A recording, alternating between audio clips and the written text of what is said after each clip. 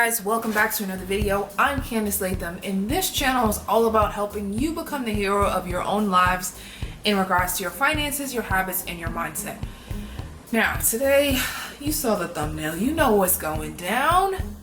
You know we're talking about net worth. Before we dive into the tea, what is a net worth? So your net worth is basically how much you're worth financially. So it's all of your assets, like your savings, your investments, your assets, minus your debt or your liabilities. So minus your student loan debt, minus your credit card debt, and if you have a car loan, it's subtracted by your debt, and the number that you get left, that is what your net worth is.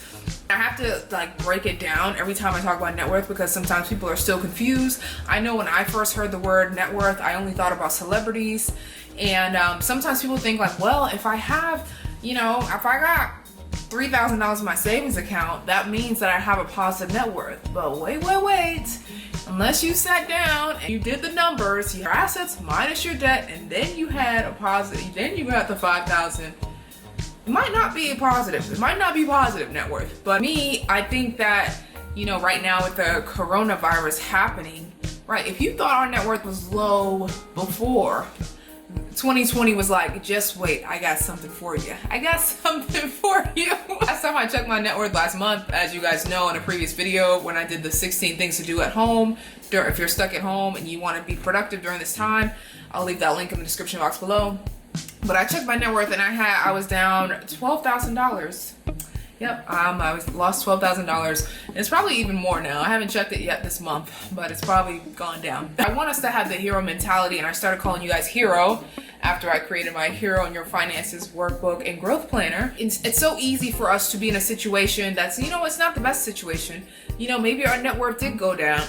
Maybe, we're hit by, a crisis is happening in the world. Maybe we're affected in some way. Maybe we're not able to pay our bills how we want to. We thought we was going to be able to pay the full balance on our credit card debt, and now we can't because we're trying to save more. Maybe our siblings aren't in the best state. Maybe we're trying to help our family, but we can't. Maybe, there's just so many things going on.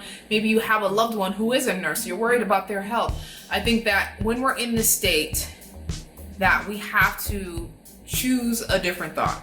Because we can't operate as our best selves when we're in a state of panic, when we're in a state of worry, when we're angry. We can't operate our best selves when we're stressed. And so we have to, for our best good, we have to choose a different thought.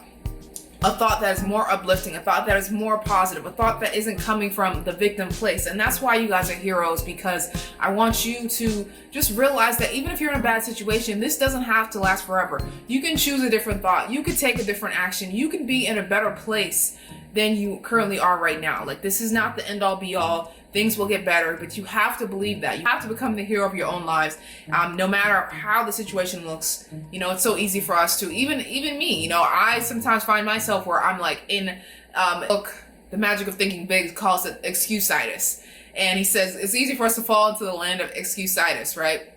But when we're in this land, we have to try to, instead of thinking of excuses, think of solutions. We have to think about, okay, this is a temporary situation. How can I get out of this situation? How can I be better? Or what lessons can I learn so that when this is over, I'm taking different kind of actions that will lead me to be in a better place if this situation was to arise again. So I'm better prepared. I think that's what the corona is teaching us, is how to be better prepared once this is all over. Whether that's, saving more money, whether that's needing to make more money, whether that's needing to pivot some services in your business, whether that's to, there's just so many things that this is teaching us.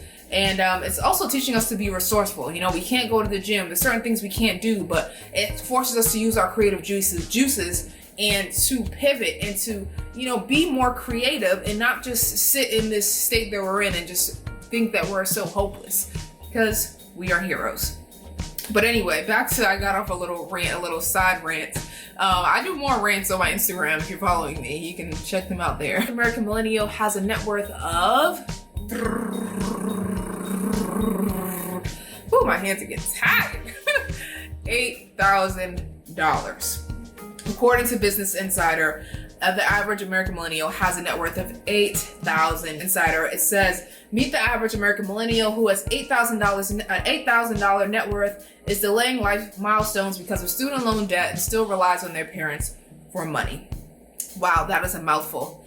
Thankfully, I'm glad that I don't have, a student loan debt bill to worry about. I'm glad that I was able to buy my car in cash and I don't have a car loan, because that would have been even more stressful for me, at this time in my life in this situation.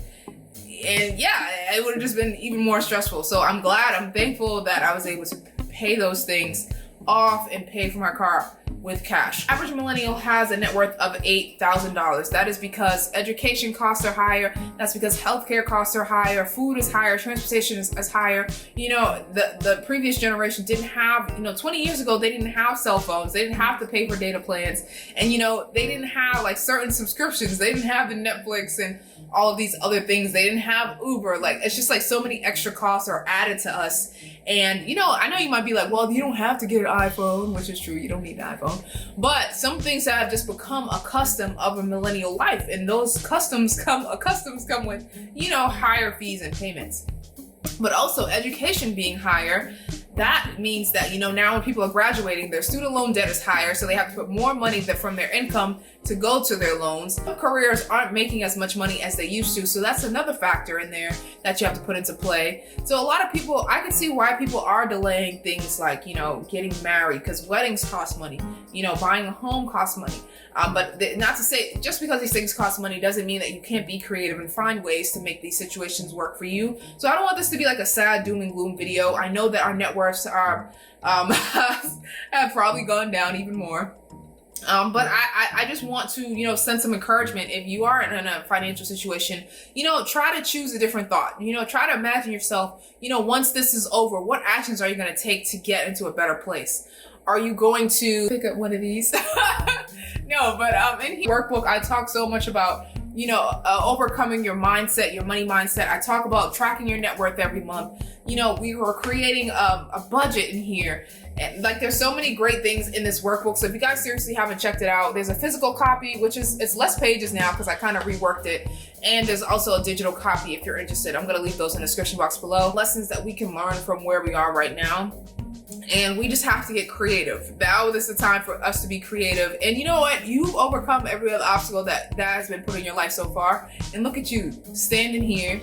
Well, you're not standing here, but look at you here watching this video.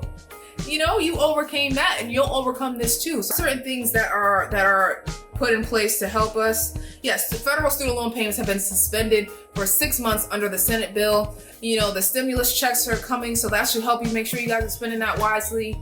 But yeah, I just don't want you to be in a place of doom and gloom. And that just because your net worth is low now doesn't mean that you can't make the necessary steps to get it to grow higher. So that's what I'm here for. I'm your money friend that's gonna help you. I too am, in a place where I'm constantly having to choose a different thought, and I'm learning different lessons from this corona pandemic that's happening right now. I'm learning that, I need to have more money saved. And there's just like so many different lessons that this is teaching me, that once this is over, that I'm going to implement those lessons and be in a better place. And I just want to share that with you so that you too can do the same. Thank you guys so much for tuning in. If you're not on my email list, make sure you're on my email list, because I drop different gems all the time and you don't want to miss out. And I also have like some kind of free PDF you can check out in the description box as well. Make sure you like this video, make sure you subscribe to this video, and make sure you're taking care of your health at this time. Get outside, take a walk if you can, taking time to meditate, taking time to not just be on social media consuming everything that's negative. I find that the less time I spend on social media or watching the news, the happier I am. So you know what, just keep your happy. Net worth shall rise if you take the proper steps and actions, if you're learning the lessons, and if you're choosing to think different thoughts and then take different actions. All right, heroes, that's all I have for you guys today. Until next time, I'm Candice Latham, and I will see you in the next video. Bye, guys.